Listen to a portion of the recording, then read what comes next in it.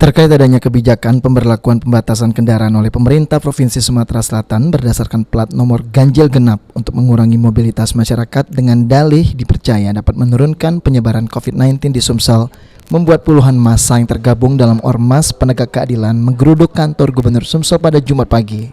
Badrianto selaku koordinator aksi mengungkapkan pihaknya menggeruduk kantor gubernur guna menolak aturan yang telah dikeluarkan oleh gubernur yang tertuang dalam surat keputusan gubernur nomor 445/KPTS/Dishub/2021 tentang aturan ganjil genap kendaraan.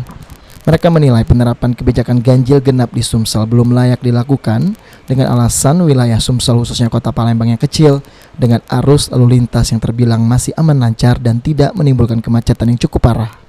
Sedangkan aturan ganjil genap di Jakarta dengan daerah yang luas saja saat ini sudah dihapuskan.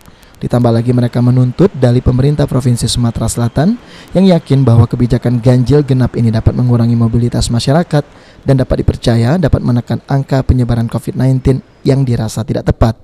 Karena justru masyarakat yang tidak memiliki kendaraan ganjil maupun genap akan membuat masyarakat tersebut menumpang ke kendaraan lain yang dapat memicu interaksi dengan orang lain yang berujung pada timbulnya klaster baru. Kecil, kemudian jalan yang cukup nyaman dan tidak juga menimbulkan kemacetan yang cukup parah. Namun penerapan ganjil genap ini akan diberlakukan di Sumatera Selatan. Ini kan aneh. Apabila ini diberlakukan, ini akan berdampak pada masyarakat yang mencari kerja. Kemudian penyebaran COVID juga akan kita khawatirkan cepat berkembang karena apabila seseorang itu tidak memiliki mobil yang memiliki plat nomor ganjil atau genap, ia akan menumpang atau ikut kendaraan lain.